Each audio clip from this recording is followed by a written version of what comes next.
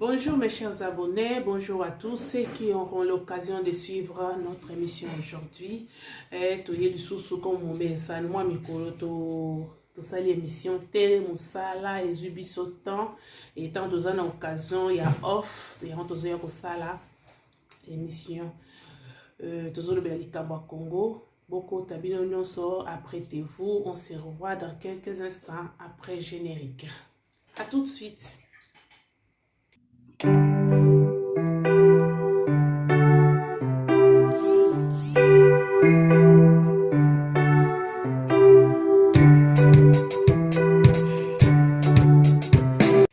Bandeko nanga na pesi bino ne susumbo te na pesi merci na abonné nanga nyonso o ba pesi na considération en s'abonnant sur ma chaîne. La chaîne 5 Trophée TV et faites abonner les autres pour partager et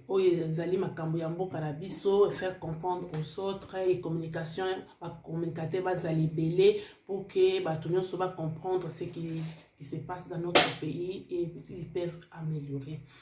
Na pesi bino susumbo te mingi ba oyo nyonso bazokota na tango oyo pona kolanda émission soki nanu bozali abonné te abonnez-vous massivement na 5 Trophée TV.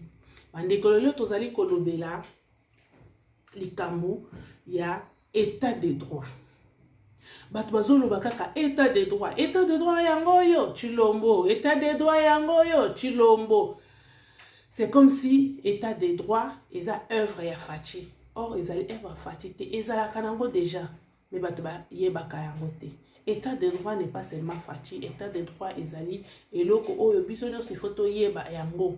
Mutu na mutu ayeba ba droit na ye. Ceux qui yo yebi ba droit na yo te moyen o se défendre ezate. Ezaka na ba oyo ba yebi ba droit na bango nde bazali ko utiliser pression sur ba o bazali ignorant. À chaque fois to lo barakaka état de droit, état de droit, état de droit, état de droit. Les autres ont le état de droit, première partie. État de droit est vaste, mais il faut comprendre bah élément élémentaire. Oyo ko sunga yo et ko sunga penga. État de droit est ko zalaka côté mon côté, état de droit est concerné mutu nyonso. D'autres baka monde entier ce qui est état de droit exacté, jungle. Donc il faut mutu nyonso aye baka ba droit na ye. Ce qu'on yebi ba droit na yo ozali plus riche que mutoza na mbongo. Et ce qu'on yebi ba droit na otatoza na mbongo tu es nul. Yangwana moni siko ba politicien bazali ko manipuler surtout biso ba congolais bazo kosa biso et tozo loba ngo kaka bongo pour le sentiment de le dire état de droit yango mais tozo yeba te qu'est-ce qu'est réellement un état de droit. Bandeko, un état de droit implique une hiérarchie de règles de droit, égalité devant la loi et séparation de pouvoir. Elinge lobani. Elinge lobana mukuse boya. État de droit.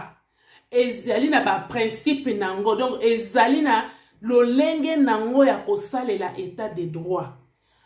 Kokanisate que état de droit ezali kaka pona oyaza na mbongo le plus fort. Non. Donc état de droit ezali pona le plus fort. État de droit ezali pona le plus faible. État de droit ezali pona ba opposant, ba homme politique, ba homme d'affaires, ba maman maraîchère, ba chege. Donc catégorie sociale nyonso o ezali na Congo donc to lo ba pona mboka na biso congolais. Congolais nyonso état de droit ezali ko concerner ye.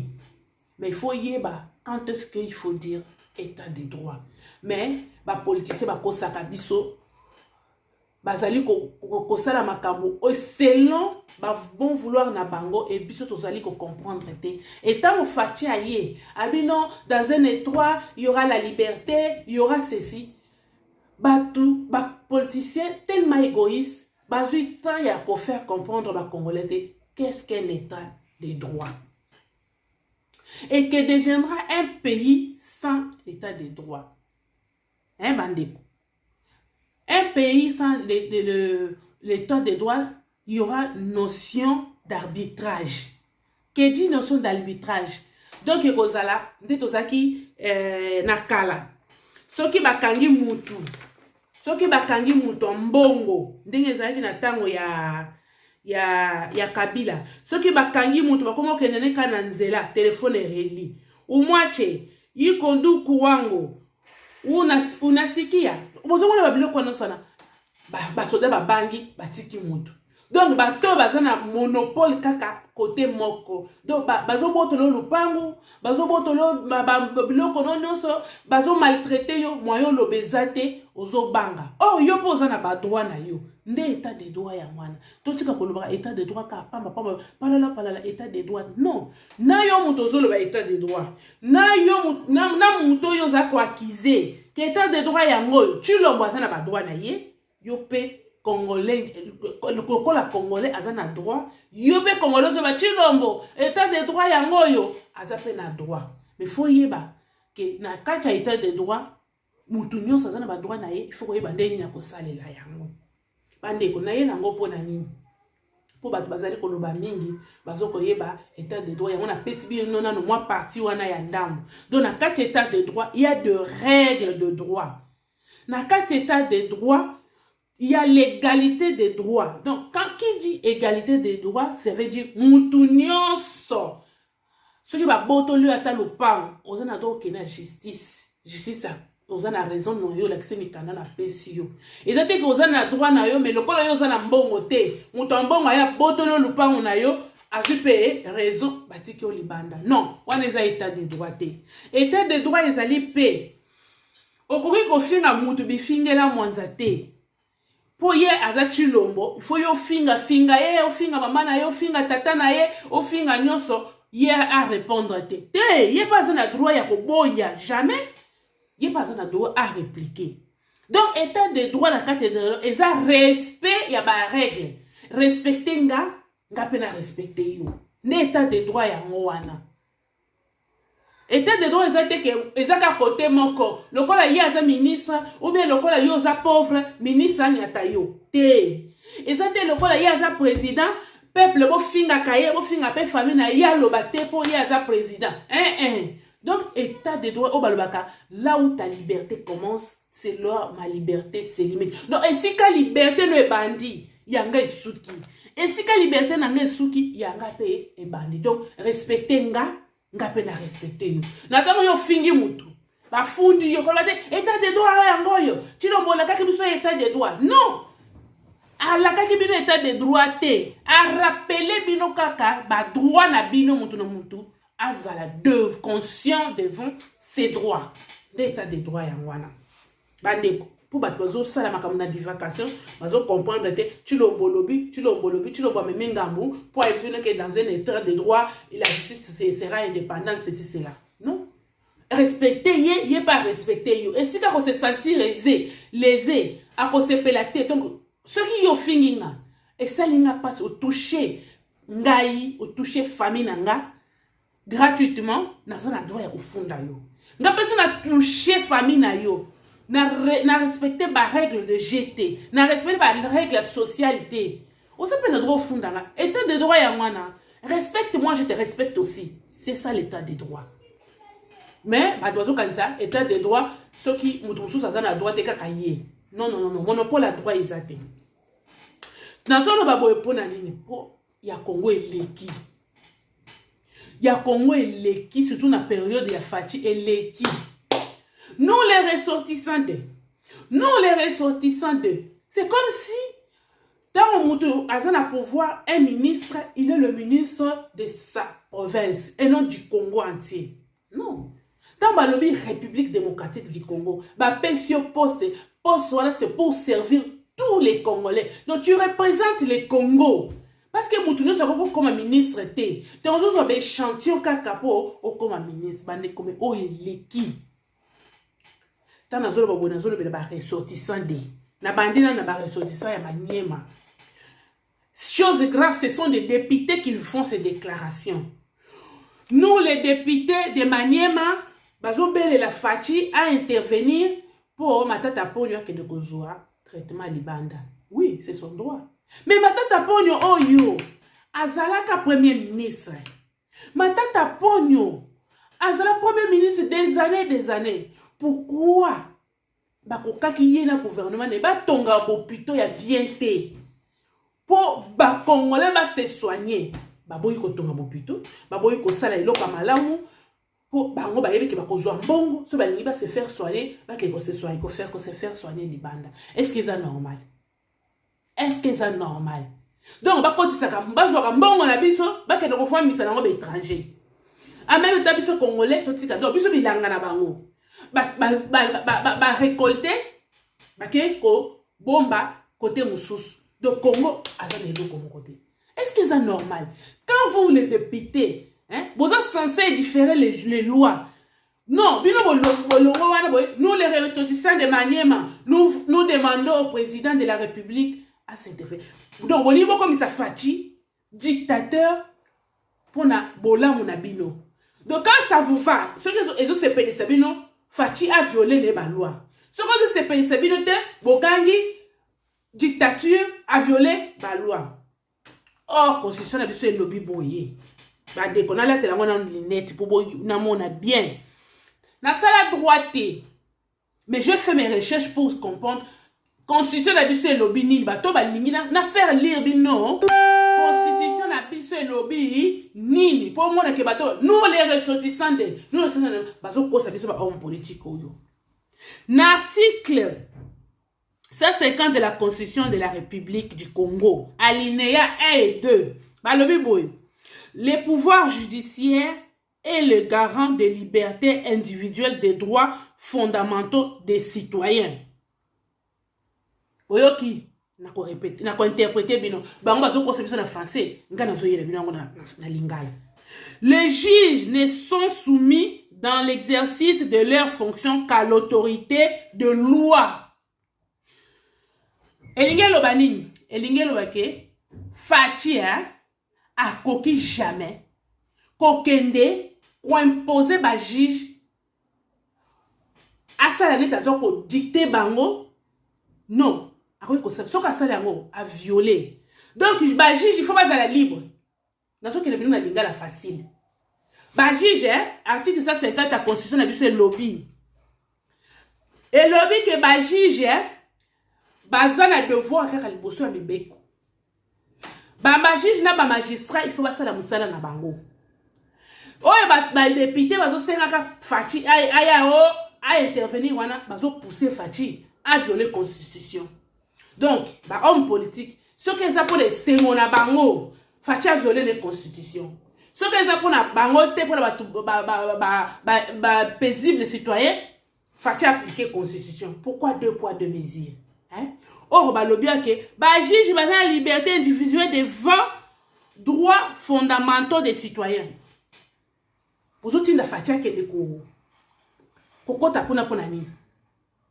Vous autres, la fatia a violé la constitution pour la nini parce qu'il y a l'article 150 de lobby de la République démocratique de Néa 1 et 2. Le pouvoir judiciaire est le garant des libertés individuelles de droits fondamentaux des citoyens. Les juges ne sont soumis dans l'exercice de leurs fonctions qu'à l'autorité des lois et non à l'autorité du président de la République ou autorité morale. Fachi akoki koko s'interférer te na makambu ya matata ponyo aussi longtemps ba juge na bakati likambo te soka sali yango eloko batamanye bato senga Fachi o eza motema mabe. Ce qui me choque, les députés, oh bah yebe article oh bien, oh bah yebe ba loi très bien, de ça comme boutir les paisibles citoyens congolais.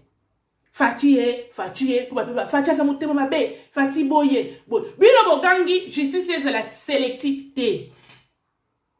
Pourquoi vous louquez la sélective quand ça vous va? Pourquoi vous avez Fachi a violé la constitution pour la matata poni? Papa matata poni a yaki a toyoki a lobby a pour affronter justice. Et puis ce cas a poison. Pourquoi poison? Na manière ma poison est belé, ma petit poison est belé. Bata est pas pour faire na poison té. Pour bango bazana ba poison mususu améliore pendant 1 an. Boko le ça y est, boyete na uranium a inhala ngo et c'est bon ça passe. Matata poni ko fa poison té. Pour n'ani besoin de quelque chose à problème. Bon que Fachi a violé la constitution, hein? Bah juge baza indépendant, moi Fachi a le bac justice est la indépendant, hein? La justice doit être indépendante. Donc, ceux qui fatiguent, à qui est jikaka, alende, anopatia, et Dieu a conduit kwango. Bilo kwa la fatia lingi ya mote. Nde état de droit, oh, biso to lingi to prôner. État de droit, on a outi ko yebisa binwana. Nde yango. Donc, fati, azana ba limite na ye. Akoki ko yate. Atelemela ba juge, botika batata poni akende. Non, wana comme dictature obino bozoluke la fati wana. Hein? Omoni wana bino bosalana. To benga ngo dictature. Boyoki, botika fati kimia, matata poni a affronter justice. Ndenga lobaki ki asa ko affronter justice. C'est ça l'état de droit. Hiérarchie de règles de droit que nous avons prônées. Voilà. Donc, tu respecter bis aux à la ministre, aux à la députée, aux à la mouteki nguba mouteki mai. Égalité devant le droit. Botika bino qu'on a bino à 2 poids 2 mesures. Pour botika Félix Kimia. Félix a rien pour intervenir. Pourquoi il y a intervenir pour la matata poni? Et bon, bah, nous basons la prison. Bah, kangi y'a kaka pour quoi il s'est kingu babato. Bah, kangi y'a kaka pour il baki 1000 francs. Azan la prison makala. Y'a azan la droite. Y'a pas azan la droit. Dans un état de droit. Azan pena droit. Bah, nous basons la bato sambe la bangote. Donc, bozo zombon, bozo kwa masembo, bozo comme dirige, pour comme plus fort au-dessus de paisible congolais. Non. Ceux qui vont faire allo bana nyonso bazana na batu nyonso bazana ba prison ba bima mususu bakanga kaka kwa kinai ko defe loko azana mbongo ko futa te mbongo peso hôtel ata moins de $50 mususu ko tu 1000 francs ko isika ngo baba bakangi mwana batu bakoluno bazokanga kanga mikolo nyonso eza pona pasi oyo bino na gouvernement na bino bo sali bo komisi bana wana ba shege bo sombela bango ba machete bo pesa bango ba zododo bo pesa bango nyonso lelo ba komeko kanga bango ba kuluna bino ba pesa di bango ba machete bo fandi tranquille na ba bongo na bino na bana na bino na poto soko beli okende bo tongeli bana na bekole te bo tongeli bana wana bo hôpital te bo tongeli bango donc eloko te tout et baby. Et les là, nous les ressortissants, pour les ressortissants, bah colono na prison. Ya maniema bazate. Ba colono bazana prison. Ya maniema pe bazate. Pour la nibo mimite nous les ressortissants de. To boy justice à 2 poids 2 mesures. To boy justice wana. Pour la nibo zo salabou. Boli facha pesa injonction pour la nibo. Et de droit to lokaki yangote. Hein? Toi supporter état de droit. Botika matata lobaki akoya ko affronter, aye ko affronter justice. Il n'a qu'à affronter la justice. Akoke de bato manie botindela ye, tu poison bozana ngo ebele biso kala to yeba kite poison na Kishasa. Bato SD boyela biso makamba poison wana. Boza parce que expert na poison wana. Bo pesa matata pono poison, bo bengisa. Bato nyonso manie baya ko soigner matata poni likola poison matata poni ya ko bimatin ola tongela biso au plutôt tanga zaki gouvernement plus de 10 ans na gouvernement tongi nde université na manième na Congo bana Congo ba kufa ba bazana mbongo te ba pourrir na kati ya ba hôpital ezanga tina esate muto azokufa likola Doliprane on azana ngote kisa 1000 fois muto akufi mais bozaki na pouvoir pendant 18 ans pourquoi ko tongo hôpital bo tongi te. Pour ça, il y a 50 ou tout à kitolo. Matata pone kene ko se soigner na 50. Tu ko kwa mbouye biso botika Félix Avanda Kimia. Hein? Botika Félix Avanda Kimia. Bonjour le justice c'est sélective. Tu ko bolingi ba sélectionner bino ba bozu mbongo, bino bo komisi pays par terre, bino bo bomi pays, bino bo sali nyonso. Allez. Kaka bino na bozo susu ba avantage ya bien pour kende pour se faire soigner. Non. Bo vanda wana bo mona conséquence ya 18 ans na bino bo géraki. C'est bon tonga bo pito ya bien. Kala to bando yo ka ki bato bazo uta ba pays musu bazo yo tanga na inikini. Bato bazo uta na ba pito mususu bazo ya ko vanda na nini ko se soigner na Congo. Pourquoi nyo soigner ça la makalisute? Pourquoi nous sommes là et ça la maka di sous-souté état de droit biso to lobaki liberté des règles wana nde to lingi fachi ase aya kunate soki matata ponyo azalaka condamné bandeko wana Fachi akokai intervenir pour na la grâce présidentielle. Ne place pas ya Fachi yangwana. Mais azana nous condamner te. Bozoluka akata nini pona nini? Bozoluka akata pona nini? Azana nous condamner te. Hein? Madame aza condamné te. Bolingi Fachi asala biloko Shader asalaka. Hein? Gouverneur ya Katanga, justice et lobby que Bati Kaya Kende. Le gouverneur là s'appelle Kazembe. Kazembe, oui. Shader s'imposa Kazemba Zongate. Donc Shader azara likolo ya justice. Ne justice au bino gouverneur état de droit oyo bino bolingi Félix a appliqué. Et si matin, Félix avait une opposition 37 ans. C'était pas pour y avoir un état de droit. Félix a copiétiné sur l'état de droit. A copiétiné sur l'état de droit. A commencé sur les droits, les lignes, état de droit. Hein? Donc, bande konanga, bato et balingi, une chose et son contraire. L'état de droit est là pour le faible. L'état de droit est là pour la dignité. Ce qui m'étonne, c'est député. Hein? Donc, vous voyez que les hommes intellectuels du Congo veulent la brouture de plus en plus les paisibles citoyens. Vous tongez les bango école, vous essourez batouté, mais vous continuez à quoi brouture bango.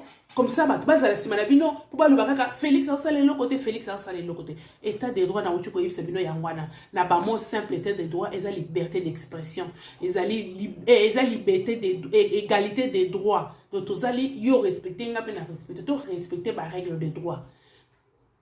Yo vous avez un problème au pays, bah sur raison sur vous avez raison na yo, ngapi na zana raison sur na raison na mais oyo ba to bazo sala nous les ressortissants de tant mutu na bino nazo sala azo yiba bino ba ressortissants de boyebi siete de bana na biso bazo tanga te on dit bana na bino nyonso wana batangi on dit bana na bino nyonso wana bakenda rapoto ko se faire soigner non ils ont gouverné, ils doivent assumer leur échec. Ils doivent l'assumer en affrontant la justice comme Yemoko Alobaki. Ceux qui azalaki condamné, Félix a appliqué article 187 de la Constitution pour ne pas alléger peine naïe. Ou soit que ça la grâce. Basala ki ba mouyambo banini, bazaki déjà condamné. Mais il y a condamné te. Azana no ko samba. Félix a okelo sani. On les a été de droite. On a commis arbitrage. De bazo benga en français arbitrage. Donc na lingala simple le kola zamuto mbongo akoyi ko samba te. Nde arbitrage on a mon simple on a moni. Nde yango wana arbitrage na France. Bino bato boyebi arbitrage ko expliquer na lingala boyebi sangai. Et oyo bato amanyema bali basala na matata poni nous les ressortissants de wana nde yango wana. Tango mutu na bango atongi école te. Bokangalonze kwei, bo pito ezate. Wana ba les ressortissants bokoyi ko yebisa mutu na bino te. Mais le corps de justice est bien le yo za ko gérer bien public ezaki bien public ezaki bien privé ya matata te les Congo ezaki bien privé ya matata te ba ministre nyonso na les Congo ezaki bien public bien ya biso nyonso n'attend yo to poni yo gérer tu dois nous rendre compte ce qu'on peut rendre compte au nous les ressortissants. Donc c'est une façon il y a Koluka Fachi à ça l'héritage une façon de dire que le riche m'a ko juger yété c'est ça. Oh, ce qui va condamner qui est, Félix a employé l'article 187 de la Constitution pour alléger peine naïe. Mais au stade où nous sommes là, Félix a constamment dit Baunande, Baunache, Unupatia, Anurudia, Mutoto Wangu, Ndukuya, Ezate Lixikoya, Makabon Ezate. Botika, papa Matata a affronté Justin Dengalobaki. Ceux qui ont le poison, na manière ma poison, ils étaient belés, est-ce que ça poison? Bazana Missou va me la. Un an. Bolé na épée sani moko evuyete parce que expert na yangwana donc bande konanga pour aujourd'hui to suki awa botika justice esa la musala nango justice esa la libre et indépendante botika Koluka Fachi a s'imposer à l'arbitrage pour violer constitution botika biloko wana justice esa la pona batu nyonso. Matata a géré, il doit assumer. Matata a géré, il doit répondre. Donc, Moutounios a géré bien public, doit répondre, doit nous expliquer.